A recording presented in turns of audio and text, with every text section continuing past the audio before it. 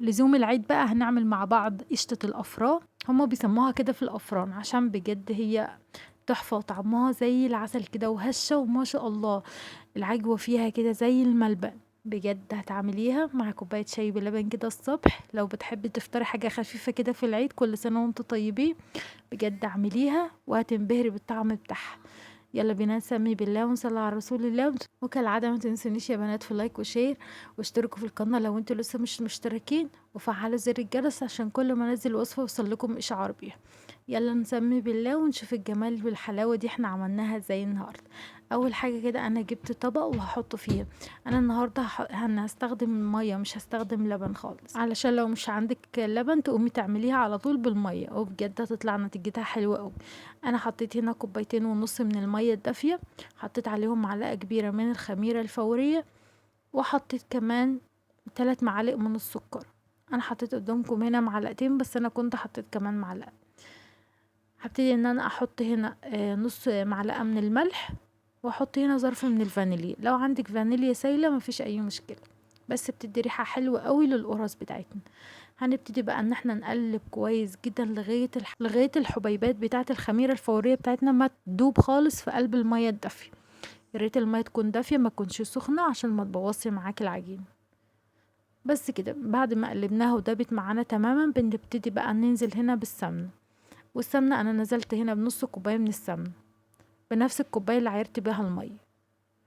انا هنا مش مسيحاها، انا قلت اصلا هنا المية هتكون دافية، فهي بالتالي السمنة هتسيح معاكي يعني مع المية على طول. بصوا خلاص كده قلبتها في قلب المية، وبعد كده نزلت هنا بالدقيق. هحط نص كيلو من الدقيق، بس طبعا انت تكوني نخلاه كويس جدا، انا كنت نخلاه قبل ما احطه معاكم. والدقيق هنا بيكون متعدد الاستخدامات، او دقيق فاخر مفيش اي مشكلة، درجة اولى اللي متوفر عندك.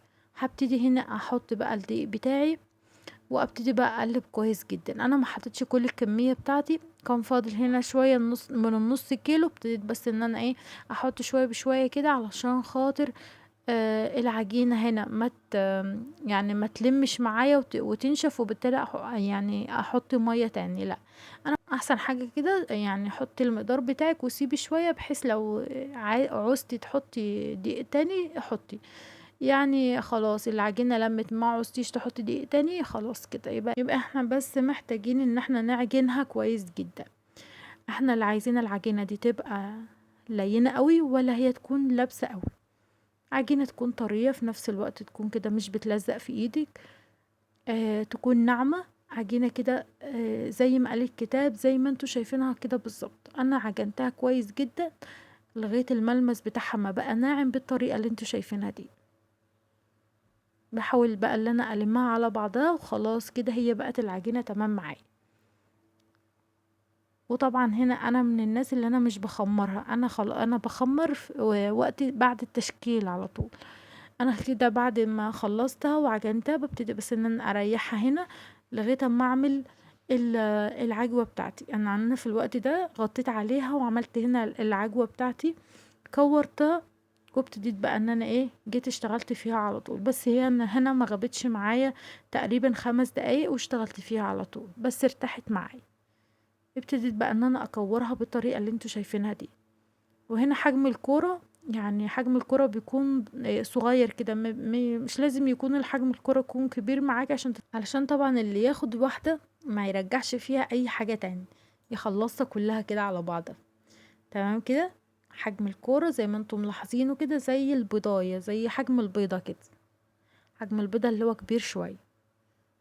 خلاص كده انا هنا بخلص بقرصهم كده مع زي ما انتم ملاحظين. وبعد كده هنا انا اشتغلت في العجوة بتاعتي. العجوة هنا انا كنت هنا معايا نص كيلو من العجوة. العجوة بتاعتي دي ابتديت ان انا عجنتها كويس جدا، لو بمعلقة سمنة مفيش مشكلة، لو عايزة تعمليها عادي كده من غير سمنة مفيش اي مشكلة برضو. وابتديت بقى ان انا اكورها على قد حجم كرة العجين بتاعتي. بصوا انا ابتديت ان انا اجيب كده اعمل فجوة في قلب العجين، في قلب كرة العجين دي، وابتديت ان انا احط فيها كرة العجوة بتاعتي. لو عايزة تستخدمي ملبن مفيش اي مشكلة، يعني ممكن تحطي برضو ملبن وممكن تحطي عجوة، الاتنين. الحشوة اللي انت بتحبيها حطيها. هتبتدي ان انت تعملي فجوة كده في قلب الكرة، وبعد كده هتحطي فيها العجوة بتاعتك وتلفيها كده. انا مش بضغط عليها، انا بسيبها زي ما هي كده، مجرد ان انا بقفلها كويس جدا. وخدي بالك ان انت تقفليها كويس علشان خاطر ما تفتحش في السوا والعجوة بتاعتك تنشف في الفرن. بصوا، لو يستحسن كمان ان انت تطبقي شوية كده العجوة بايدك علشان تتفرد كويس في العجين كله. إيه، مفيش اي مشكلة. دي ماشي ودي ماشي ودي ماشي. يعني لو عايزة تحطي كرة العجوة كده مفيش مشكلة. لو عايزة برضو انك يعني تفرديها شوية بصباعك كده تبقى احسن. بصوا، وتبتدي ان انت تحطيها في قلب الكورة، وبعد كده تبتدي ان انت تقفلي عليها وتضغطي عليها كويس جدا علشان وقت السوا ما تخرجش معاكي، وبعد كده تمرر معاكي في الاكل. العجوة من الحاجات لو نشفت في الفرن بتمرر معانا.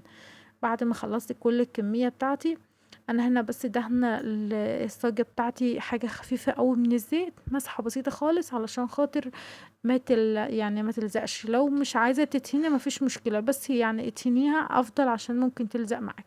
بس انا ببتدي اخلص بقى واسيبها تخمر بقى لاخر حاجة بتسيبيها تخمر، وبعد كده تسويها. انا حطيتها هنا في الرف الوسطاني على اعلى درجة.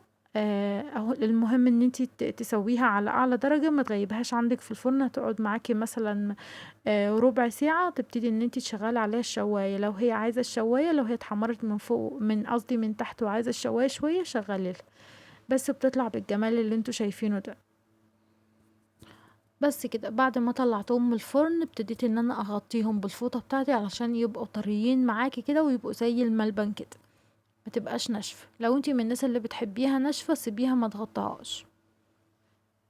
بس هي بتبقى على اصولها كده زي ما بنجيبها من الافران، بتبقى طرية كده وتحفة. انا كنت عملت معاكم قبل كده في فيديو فات، كنت عملت معاكم القرص المبسوسة اللي هي بتكون ناشفة شوية.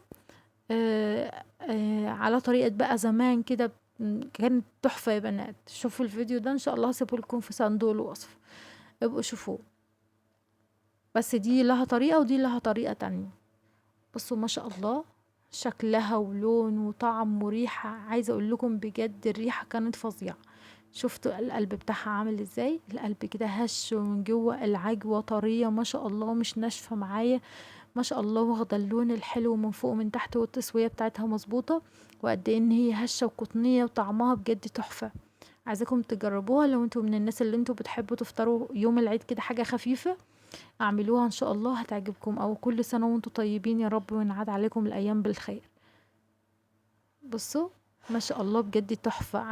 عايزاكم تقولوا لي رأيكم في الفيديو لو بحرف واحد، عشان بجد بيشجعني ان انا اقوم وانزل لكم فيديوهات تانية. وما تنسوش تشتركوا في القناة وفعلوا زر الجرس عشان كل ما انزل فيديو يوصل لكم اشعار بيه. ويا رب يكون عجبكم الفيديو. ما تنسوش تقولوا لي رايكم النهارده في الفيديو بتاعنا، عشان بجد رايكم بيشجعني ان انا انزل لكم فيديوهات تانية. وان شاء الله اشوفكم على خير في فيديوهات تانية حلوة كتير. وما تنسوش بقى تحطوا لي لايك وشير مع اصحابكم، واشوفكم على خير ان شاء الله. مع السلامة.